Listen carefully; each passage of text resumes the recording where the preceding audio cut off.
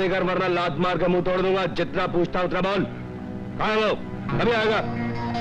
मुझे नहीं मालूम। तेरे को नहीं मालूम?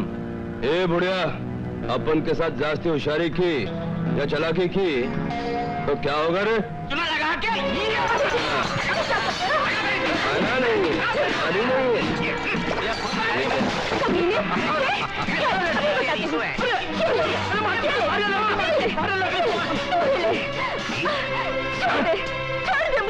छमिया, तेरे ये जो गोरे गोरे गाल है ना टमाटर जैसे, उन्हें देखना मैं अभी कचर कचर खा जाऊंगा।